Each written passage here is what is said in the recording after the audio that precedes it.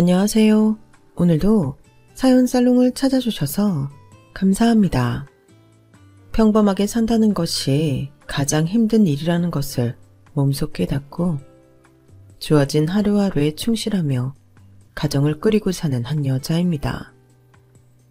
저는 지금 저를 아껴주는 남편과 사랑스러운 아이를 키우며 행복하게 살고 있지만 여기까지 오는 과정이 조금 벅차고 힘들었네요.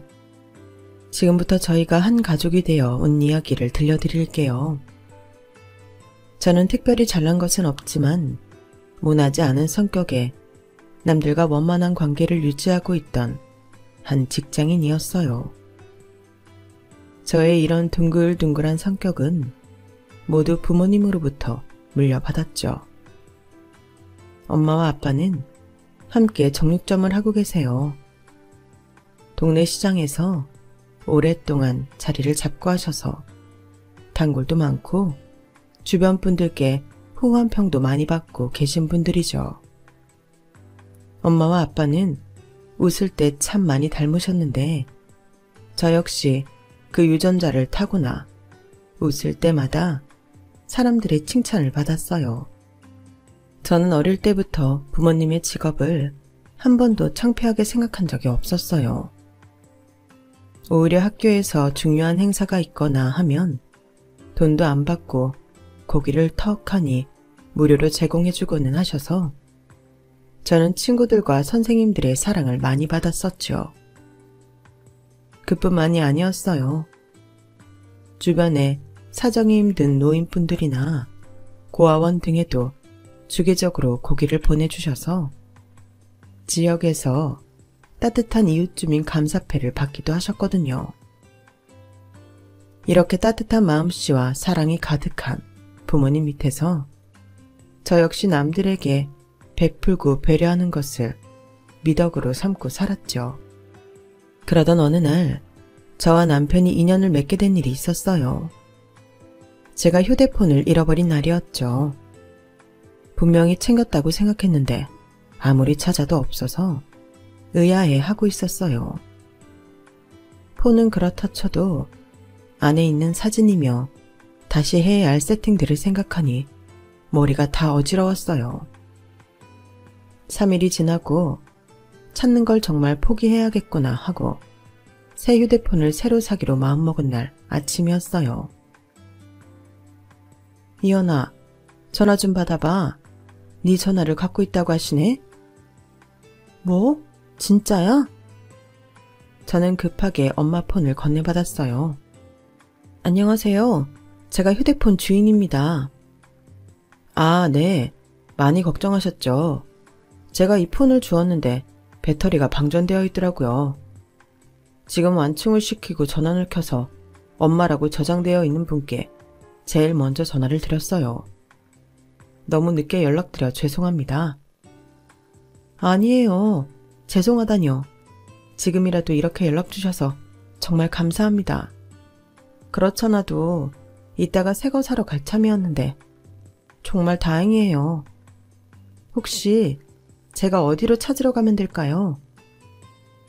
오늘 저녁에 시간이 되신다면 N역 1번 출구에서 만나 전해드리겠습니다. 네, 저는 7시 이후에 다 괜찮습니다. 그럼 7시에 거기서 뵙겠습니다. 폰을 새로 사야 된다는 생각에 머리가 지끈거렸었는데 정말 기적처럼 폰을 습득한 분으로부터 연락이 온 거예요. 기쁜 마음에 사례를 해드리려고 봉투에 정성을 담아 저녁 시간만을 기다렸어요. 7시 N역 1번 출구에 맞춰 한 남자가 기다리고 있었어요.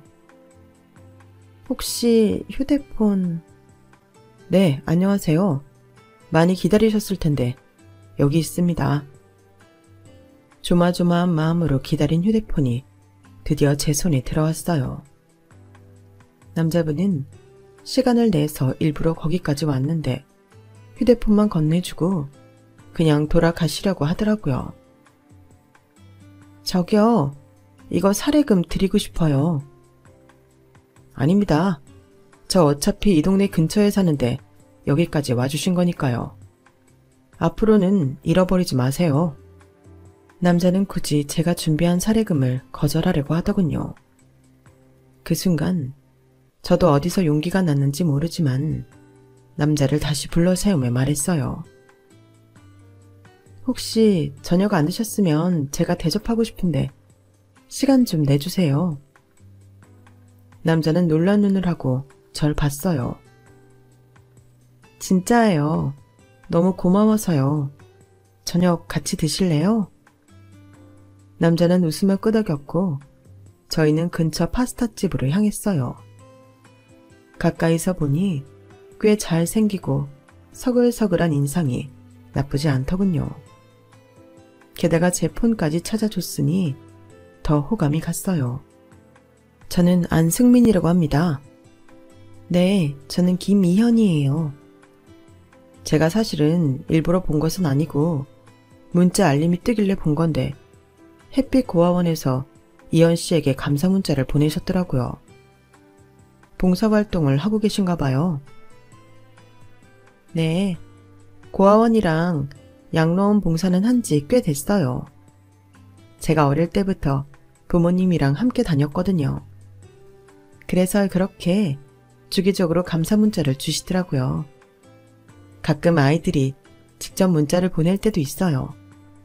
얼마나 귀여운지 몰라요. 좋은 일 많이 하시네요. 제가 오히려 봉사하러 갔다가 배워오는 게 더 많아요. 다녀오면 제 자신이 힐링이 된달까? 더 자주 못 가서 미안할 뿐이죠. 다음에 기회 되면 같이 가실래요? 승민 씨도 봉사 다니세요? 네, 이현 씨처럼 자주는 아니지만요. 주변에서 이렇게 적극적으로 봉사 다니시는 분들 뵙기 어려웠는데 이렇게 만나네요. 기분이 좋은데요. 남자 역시 시간이 날 때면 좋은 일을 하러 다니는 사람이었고 그 얘기를 듣자마자 저는 호감도가 갑자기 더 증가하더군요. 그것은 그 남자도 마찬가지였어요. 저녁만 먹고 서로 헤어지기 아쉬웠던 우리는 차도 마시고 다음번 만남까지 약속을 했죠.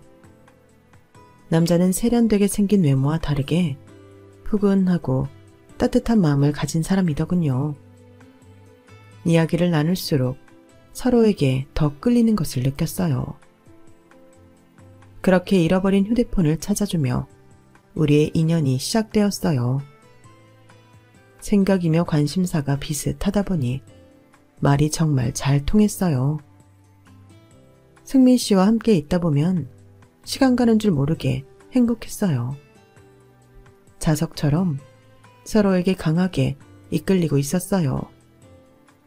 날이 갈수록 서로 더 사랑하게 되었죠. 승민 씨는 당시 아는 지인과 함께 스타트업 회사를 꾸려나가고 있었어요. 원래는 그 전에도 2번이나 도전했었는데 그다지 성공적이지 못해 이번에 정말 잘 해볼 생각으로 하고 있다고 하더군요. 승민 씨는 그만큼 도전적이고 열정적인 사람이었어요. 나는 내가 실패했다고 생각하지 않아.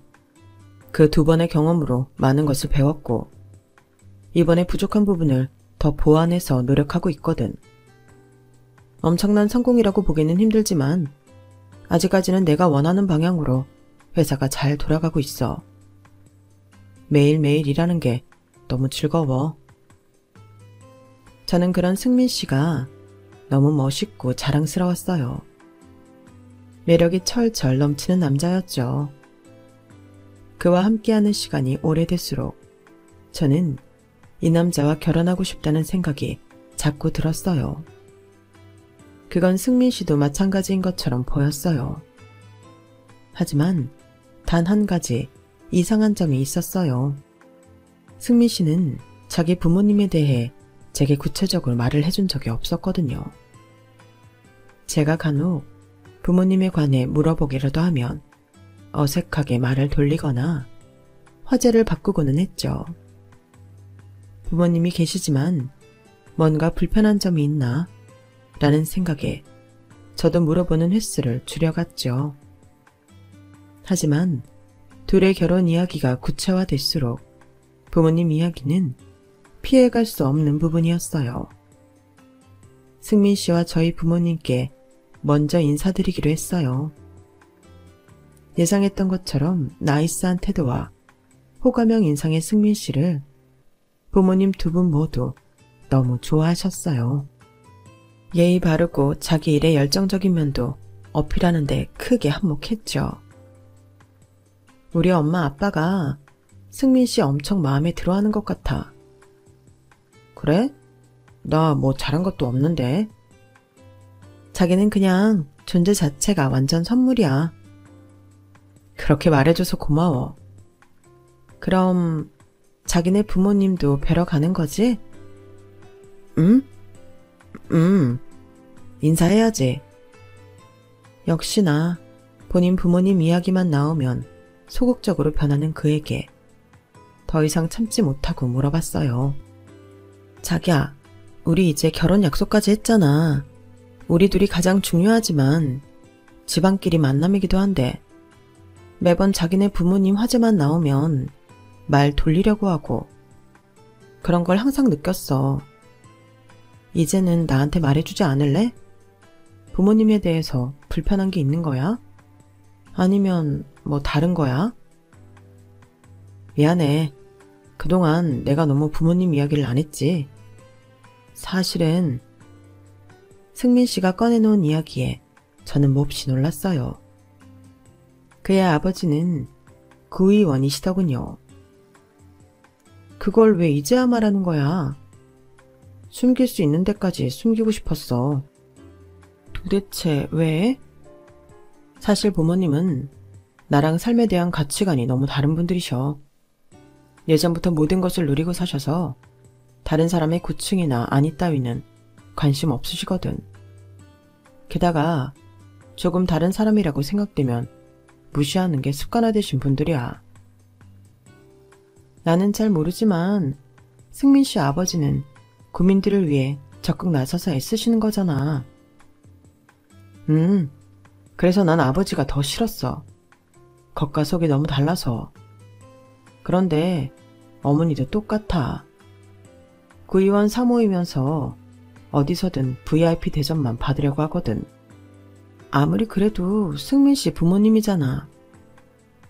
내가 부모님과 가장 큰 갈등이 시작되었던 건 내가 한 스타트업 회사 때문이었어. 아버지는 항상 높은 곳에 자리 하나 만들어 놓을 테니까 명예로운 이름을 떨칠 아들이 되시길 바랬으니까. 하지만 나는 정치에 일도 관심이 없었어. 부모님은 내가 하는 일들을 쓸모없고 시간 낭비라며 무시하기 일쑤였고 나도 못 참고 집을 뛰쳐나와 혼자 살기 시작했던 거야. 아직도 간간히 연락 와서는 그놈의 회사 언제까지 할 수 있을 것 같냐고 난리셔. 아버지가 만들어온 탄탄한 길을 포기했으니까. 부모님 얘기만 하면 스트레스 받아서 나도 모르게 자기 앞에서도 피했던 거야. 미안해. 아니야. 나는 그런 사정이 있는 줄도 모르고 부모님이 인정하지 않는 일을 끝까지 하려고 부딪히는 자기가 멋있기도 하지만 걱정이 되기도 해. 대학 때까지만 해도 부모님이 짜놓은 코스대로 살았는데 어느 날부터 그런 내가 진짜가 아닌 것 같았어. 그 알을 깨고 나와보니 내가 하고 싶은 일이 너무 많은 거야. 부모님은 그냥 나의 늦은 반항이라고만 생각하고 계시고 이렇게 사이가 틀어진 건 4년 정도 됐어. 그랬구나. 자기 힘들었겠다. 차라리 아버지가 유명인이 아니었으면 좋았겠다고 항상 생각했어. 나는 그냥 나인데 왜 부모님이 원하는 아들대로 살아야 하는 건지. 저는 그동안 많이 소가리를 해왔을 그를 꼭 안아주었어요. 그래도 결혼인데 인사는 드려야겠지? 나 탐탁치 않아 하셔도 예쁨 받으려고 노력은 해볼래. 우리 부모님 정말 어려운 분들이야. 괜찮겠어? 저는 그와 함께라면 어떤 난관이든 극복할 수 있었어요. 며칠 뒤 승민 씨에게서 부모님을 뵈러 가자는 연락을 받게 되었죠. 이현아, 우리 부모님이 뭐라고 이야기해도 상처받지 마. 그냥 생각하는 게 많이 달라. 알았어. 얼마나 다른지는 모르겠지만 마음 준비되어 있었어. 저희는 집으로 초대를 받았고 인사드리러 가는 날 저는 예쁜 꽃다발과 맛있는 케이크를 준비해 갔어요. 승민 씨 본가는 정말 으리으리하고 컸어요. TV 속에서만 보던 큰 앞 마당과 잔디가 깔린 단독주택이었죠. 현관을 들어서니 화려한 샹들리에가 보였어요. 어머니 아버지, 저희 왔어요. 안녕하세요. 김미현입니다. 저의 90도 인사에도 불구하고 두 분은 팔짱을 낀 채 웃음기 없는 얼굴로 우리를 맞이하시더군요. 그 분위기에 압도당해 순간 너무 긴장이 되었어요. 저쪽에 앉아요. 저는 준비한 선물을 어머니께 전달해드렸고 예쁘다, 고맙다라는 말 한마디 없이 옆 테이블에 던져놓으셨어요. 간만에 집에 온다고 한 게 결혼한다는 이야기하러 온 거니? 네, 인사시켜드리려고요. 이름이 뭐라고요? 김이현입니다. 하는 일은 뭔데요? 저 그냥 직장 다니고 있습니다. 그러니까 무슨 직장? L회사 제품개발팀이 있습니다. L회사는 또 어디야? 듣도 보도 못하던 데인데? 네, 그냥 작은 회사입니다. 에휴. 여태껏 아무 말도 꺼내지 않은 아버님의 작은 탄식을 들었어요.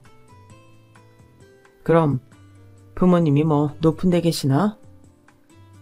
저희 부모님은 가게를 운영하고 계세요. 뭐 들으면 알만한 그런 가게인가? 아니요, 그냥 동네 시장에서 작은 정육점을 하고 계세요. 그 순간 저는 시어머니의 얼굴이 실시간으로 일그러지는 것을 보았어요. 정육점? 정육회사도 아니고 정육점이라 그랬어요? 네. 아버님과 어머님 모두 할 말을 잃은 듯 고개를 돌리시고는 더욱 싸늘해진 눈빛과 말투로 말씀하셨어요. 승민아, 이 집에 데리고 온 이유가 뭐냐? 제가 결혼할 사람이니까요. 내가 너 고작 정육점집 딸이랑 결혼시키려고 여태껏 애지중지 키운 줄 아니? 이현이 앞에서 그렇게 말씀하지 마세요. 네가 좀 나가 살더니 아주 나쁜 물이 제대로 들어왔구나. 너 그 스타트업인가 뭔가 한다고 고집 피웠을 때까지만 해도 정말 이를 악물고 참고 있었다. 근데 뭐? 정육점 딸이랑 결혼을 하겠다고 우리 앞에 데려와? 승민아, 정신 차려. 너 자랑스러운 구의원님 아들이야? 네가 어떻게 이런 여자랑 결혼을 하겠다는 거야? 이제 어머니나 아버님은 제가 아예 없는 사람처럼 제 얼굴 앞에 삿대질까지 하면서 이야기를 하셨어요. 저는 너무 놀라고 벙져서 이게 무슨 상황인지 파악할 시간이 필요했죠. 두 분 허락 안 해주셔도 저는 이현이랑 결혼합니다.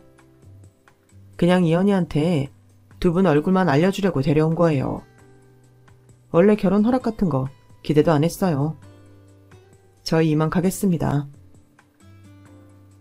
네가 어떻게 감히? 승민아, 너 도대체 왜 이러니? 응? 연아, 우리 가자. 승민 씨는 제 손을 잡고 현관을 나왔어요. 넋을 놓고 있던 저는 그저 이끌려 나왔죠. 이 모든 일이 일어나는데 10분도 안 걸렸다면 믿으시겠어요? 차를 타고 가는 동안 승민 씨는 한동안 말이 없었어요. 잠시 후 정신이 든 제가 정적을 깨고 말했어요. 승민 씨, 괜찮아? 미안해. 정말 이런 모습 보이기 싫었는데 너무 미안해. 자기가 왜 사과를 해? 부모님이 내게 너무 무례하게 했던 거 내가 대신 사과할게. 이런 일 생길 것 같아서 가기 싫었어. 생각한 것보다 훨씬 매운맛이긴 하네. 많이 놀랬지?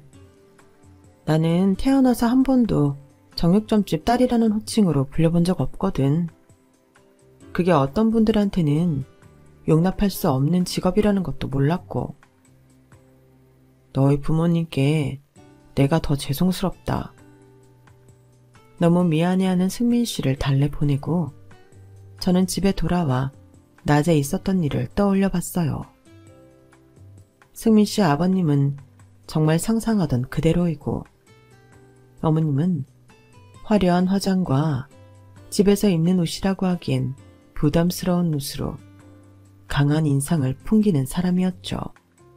소박하고 친근한 느낌을 주는 승민 씨와는 전혀 다른 분위기의 부모님들이었어요.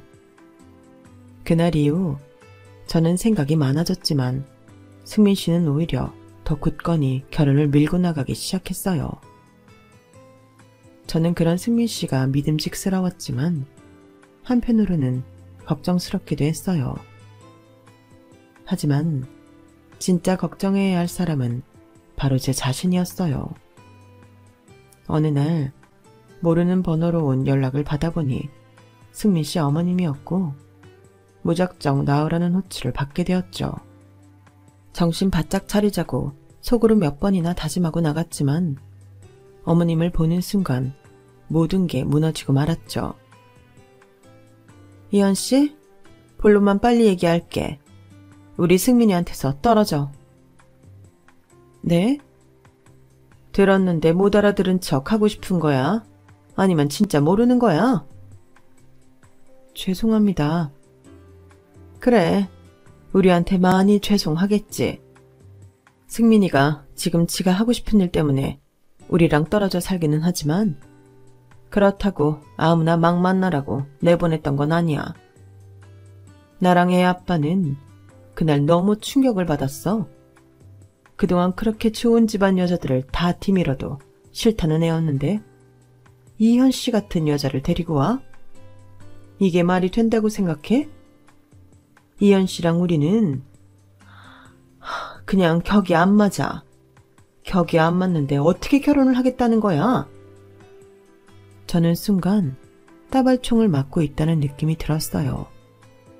반박할 여유를 조금도 주지 않고 저에 대한 그리고 저희 집에 대한 모욕적 언사를 멈추지 않으셨으니까요.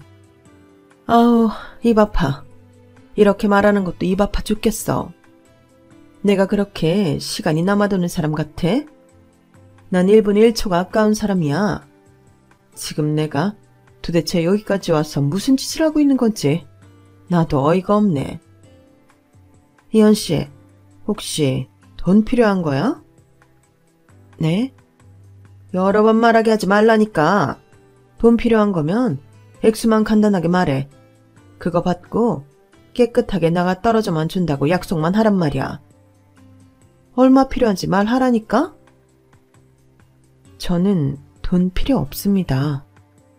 기회 줄 때 받아. 괜한 자존심 이런 거 내세우지 말고. 돈이라도 받고 부모님 가게에 고기나 더 들여다 놔. 어머님은 제게 모욕을 주려고 단단한 준비를 하고 나오신 것 같았어요. 그 순간 저런 부모님 밑에서 힘겨웠을 승민 씨가 안쓰러워지더군요. 어머님, 오늘 뵌일은 승민 씨한테 말하지 않겠습니다. 승민 씨가 오히려 마음의 상처를 입을까 걱정이 돼서요. 저희 결혼 허락 안 해주셔도 됩니다. 저희끼리 조용히 잘 살겠습니다. 살펴가세요. 저는 뒤도 안 돌아보고 나왔어요. 하지만 안 봐도 알 것 같았어요. 어머님이 뒤에서 어떤 눈빛으로 저를 보고 있을지. 저는 정말 승민 씨에게 어머님 만났던 일을 이야기하지 않았어요.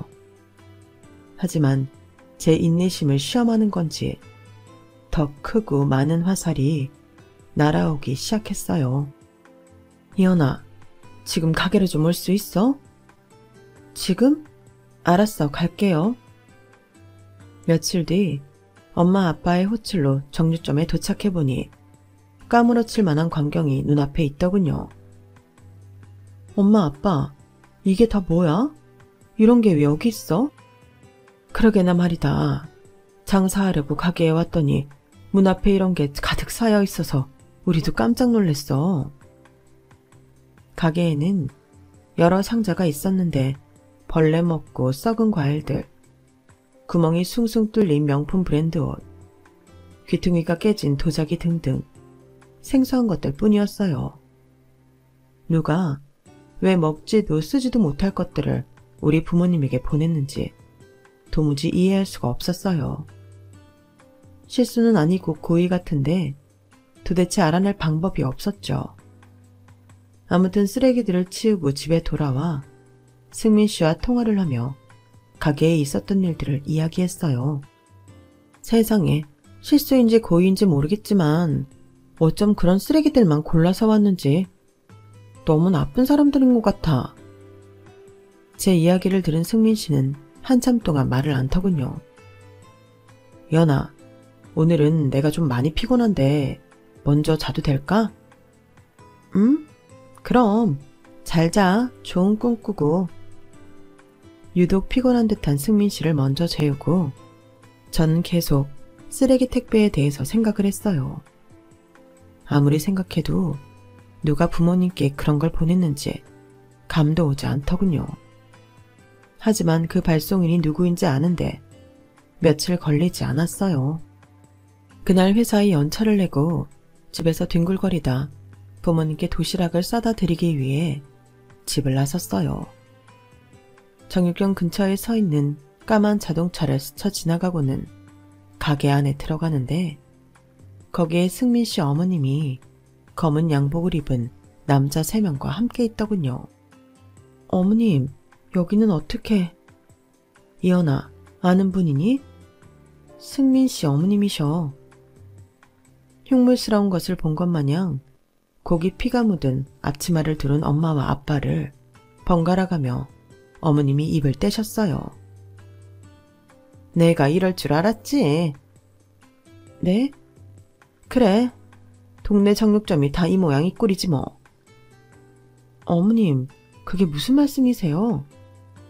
너 아주 추잡스러운 애구나.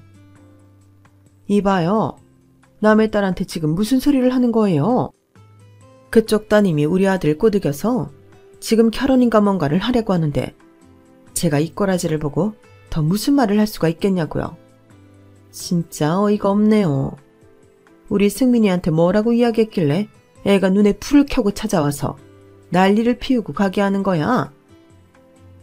승민 씨가 난리를 피웠다고요? 그래, 내가 쓰레기 좀 이쪽으로 보냈어.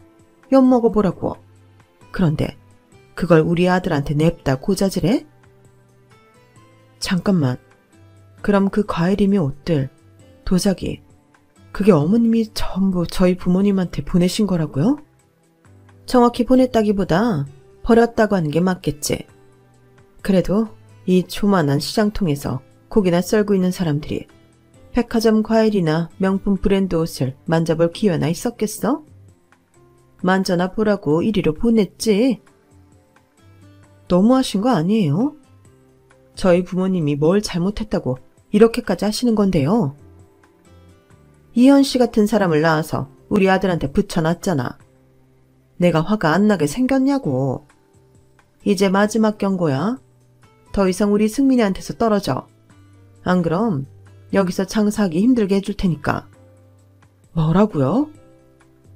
두 분이 혹시 따님한테 들었는지 어쨌는지는 모르겠지만 승민 아빠가 힘 좀 쓰는 분이에요. 이런 시장통에서 요만한 가게 하나 말아먹게 하고 밀어버리는 것은 일도 아니라고요. 그러니까 딸 간수 잘하세요. 이현 씨도 들었지? 부모님 여기서 오래 장사하셨다며. 피눈물 나면서 저기 고깃덩어리들 정리하시는 꼴 보기 싫으면 알아서 똑바로 처시네. 내 말 무슨 말인지 알지? 어머님은 부모님과 제게 겁박을 주러 왔던 거예요. 어머님이 덩치 좋은 장정들과 고개를 돌려 가게를 나가자 저는 다리에 힘이 풀려 주저앉고 말았어요. 이연아, 이연아, 왜 그래? 이게 다 무슨 일이야? 엄마 아빠가 묻는 소리에도 저는 하염없이 울 수밖에 없었죠. 나중에 자초지종을 다 들은 부모님은 심통한 표정을 숨기지 못하셨어요. 그래서 너는 승민이랑 결혼을 정말 할 거니? 할 거야. 우리 정말 사랑해. 저런 시어머니 밑에서 네가 얼마나 고생할지 훤히 보이는데 저 사람 그냥 무서운 게 아니라 너무 위험해 보여. 그 아빠도 높은 사람이라며. 엄마는 무서워. 저는 너무 절망스러웠어요.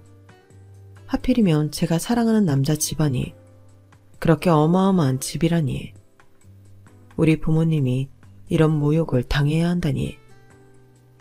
저는 몸이 안 좋다는 이유로 회사에 병가도 내고 승민 씨 만나는 것도 거절했어요. 이연아, 몸이 많이 안 좋아? 내가 죽이랑 약 좀 사가지고 갈까? 아니, 약은 먹었고 그냥 기운이 없어. 말할 기운도 없어. 혼자 있고 싶어. 알았어. 그럼 얼른 전화 끊고 푹 자. 내일 아침에 일어나서 연락해. 하지만 저는 며칠 동안 휴대폰도 꺼놓고 승민 씨에게 연락을 하지 않았어요. 병가가 끝나고 회사에 나가니 더 충격적인 일이 저를 기다리고 있더군요.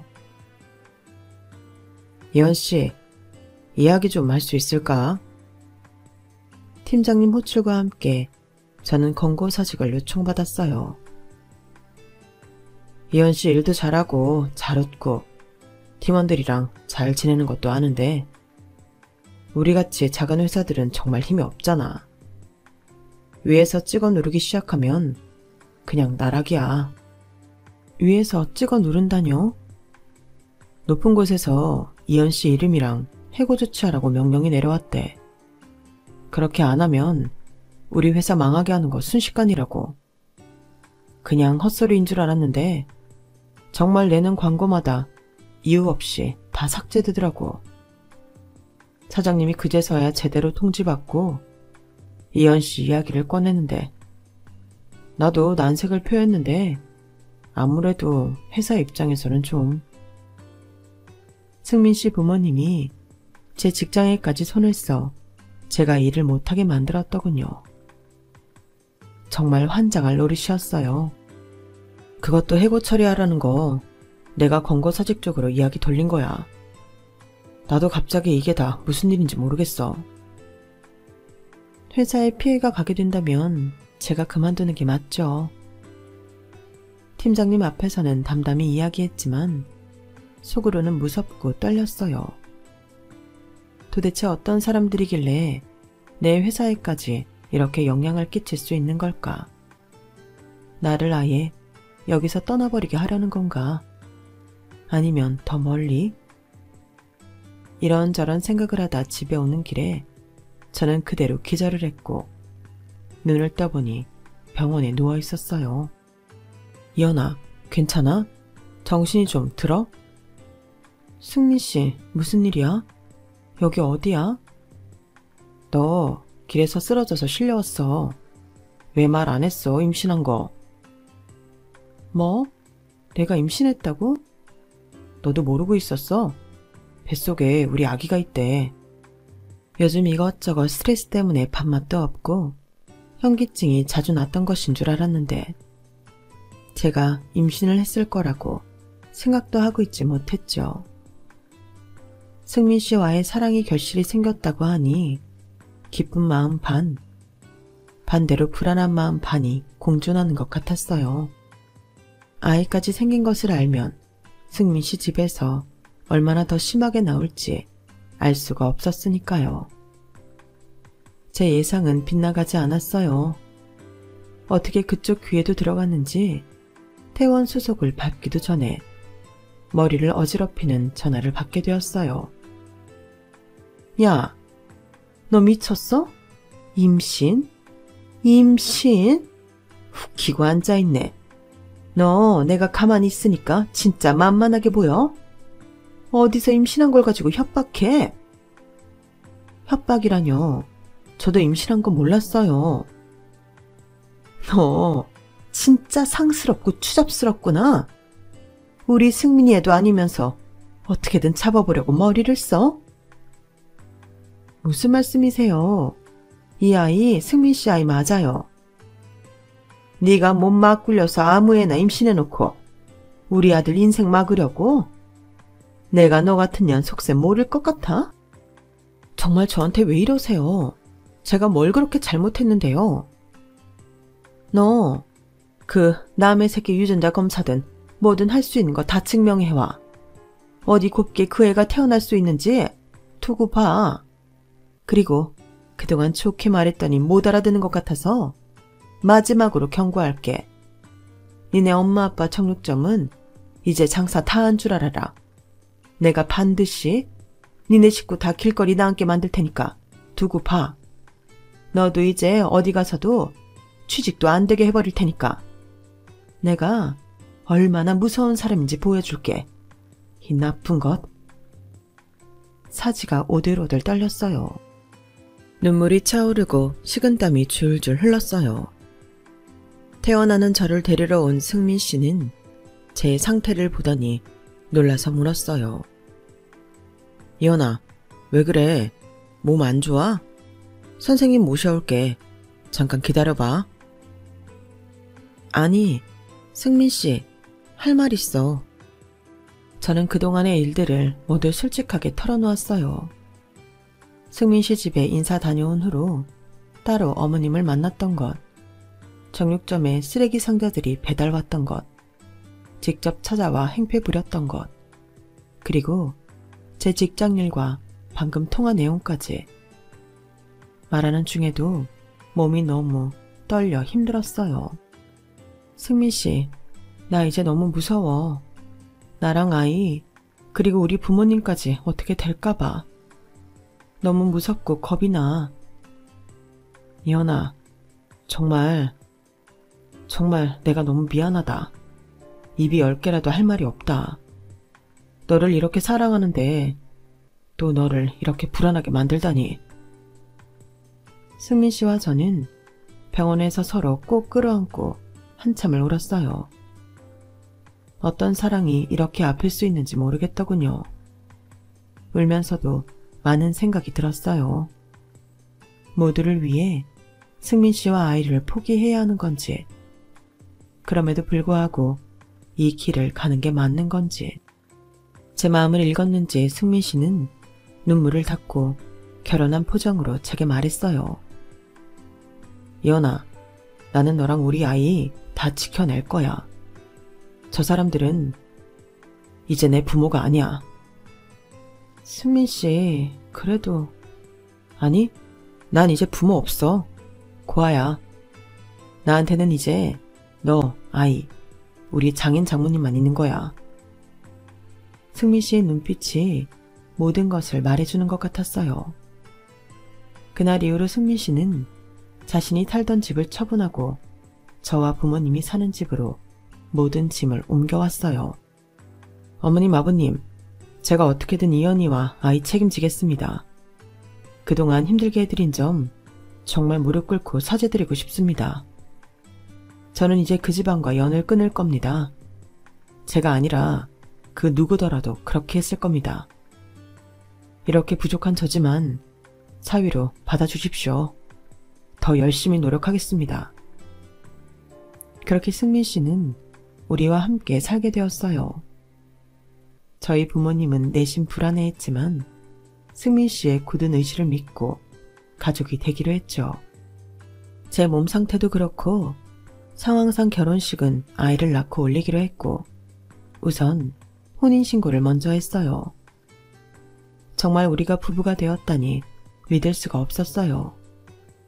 승민 씨는 어딜 가나 저를 항상 데리고 다녔고 정말 같이 갈 수 없을 때는 집 밖에 나오지 말라며 신신당부를 했어요.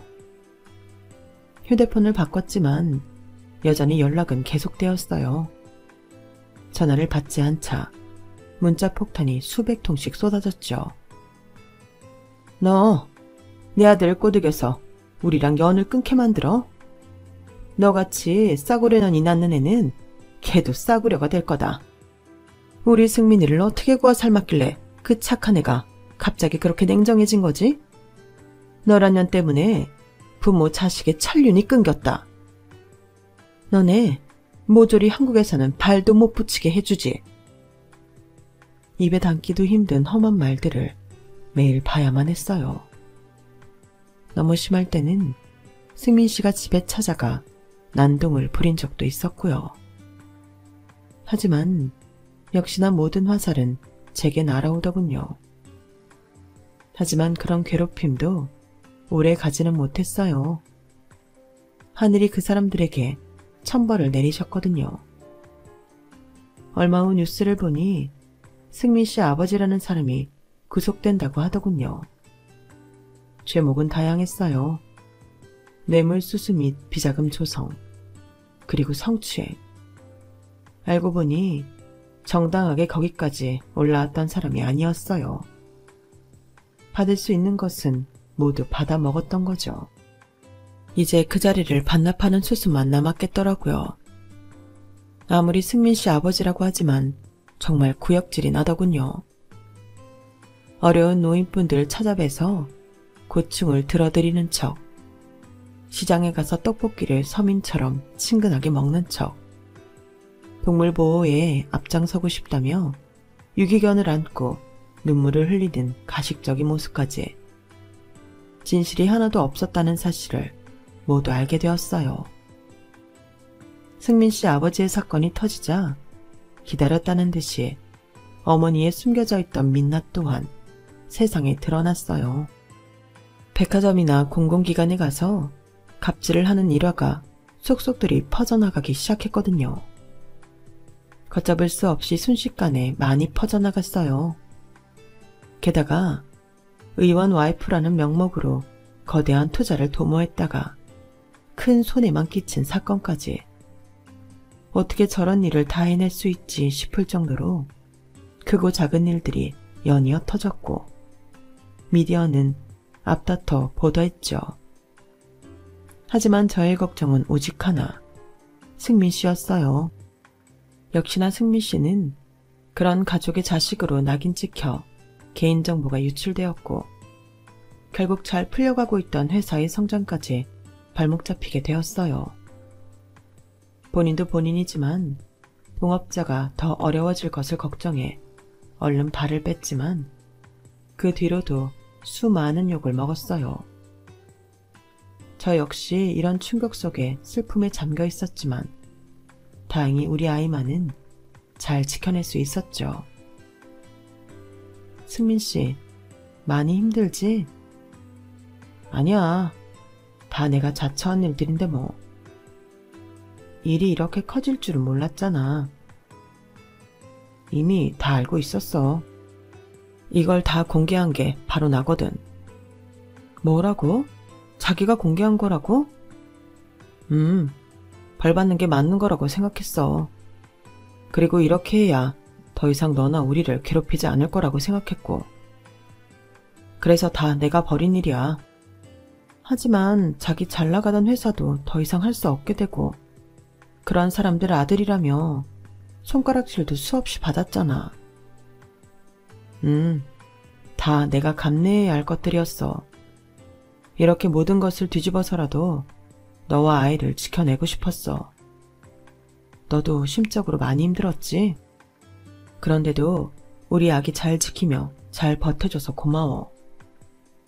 남편은 계속되는 친부와 친모의 괴롭힘에 마음을 굳게 먹고 그들의 실상을 고발한 장본인이었던 거예요.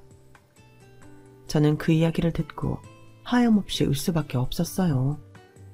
남편이 그 회사에 얼마나 공을 들였는지, 그리고 사건 이후 사람들에게 얼마나 손가락질을 당했는지 알고 있었거든요. 오직 저희를 지켜내기 위해 그 힘든 시간을 오롯이 감당해낸 남편에게 고마운 마음과 안쓰러운 마음이 함께 들었어요. 그 사람이라고 자기 부모를 그렇게까지 하고 싶었을까요? 결과적으로 남편의 아버지는 자리 박탈과 함께 징역형을 받게 되었어요. 출소를 한다 해도 다시 예전의 삶으로는 절대 돌아갈 수 없게 된 거죠. 그의 어머니는 어떻게 되었냐고요? 자신이 항상 다른 사람들보다 낫다는 우월감이 무너졌다는 현실을 받아들이지 못한 것 같더군요. 여러 고소장과 법정 싸움을 맞닥뜨리더니 정신적 충격이 컸던지 자신을 놓아버려 어쩔 수 없이 정신병원으로 강제 이송되어 갔어요. 상태가 워낙 심각해 면회조차 되지 않는 상황이라고 들었어요. 이제 그들에게 화려했던 과거는 없어지고 만 것이에요. 왜 사람들은 누렸던 모든 것을 전부 잃고 난 뒤에야 잘못을 뉘우치고 깨닫게 되는 것일까요? 심지어 그게 남편의 부모님이었다고 생각하니 아쉽더군요. 저희 남편은 이전 회사를 떠난 후 약간의 공백기를 갖고 재충전을 해 다시 새로운 분야에 도전을 시작했어요. 한동안 이런저런 일들 때문에 생기를 잃었던 남편의 눈빛이 다시 반짝이는 것을 보니 저 역시 같이 힘이 나더군요. 하지만 남편은 오히려 제게 고마워했어요. 날 믿고 기다려준 네가 있어서 나는 뭐든 할 수 있었던 거야. 고마워. 나는 뭐 해준 것도 없는데 난 자기가 그 반짝이는 눈으로 뭔가에 열정적으로 도전할 때 그렇게 멋있더라. 참, 저희 부부의 아기도 아주 건강하게 태어났답니다. 지금 막 걸음마를 떼기 시작해 잡으러 다니느라 정신이 없네요. 저희 부부는 동생을 만들어줄 계획도 세우고 있어요. 저희 부모님 역시 건강하시고 여전히 즐겁게 정육점을 운영하고 계세요. 조금 달라진 점이 있다면 손님이 더 많아져 옆가게까지 인수하고 확장해 더 바빠졌다는 점이겠네요. 행복은 지위에서도 명예에서도 돈에서도 우월감에서도 나오는 게 아니라는 것을 실감한 시간들이었어요. 저는 앞으로 저희 식구들과 소박하지만 하루하루 감사하며 행복하게 살 거예요. 그럴 준비도 되어 있고요. 제 이야기는 여기까지예요. 들어주신 분들도 모두 행복하시길 진심으로 바랍니다. 여러분, 사연 댓글의 응원과 현명한 조언 부탁드려요. 좋아요와 구독은 저에게 큰 힘이 됩니다. 오늘도 좋은 일 가득하세요.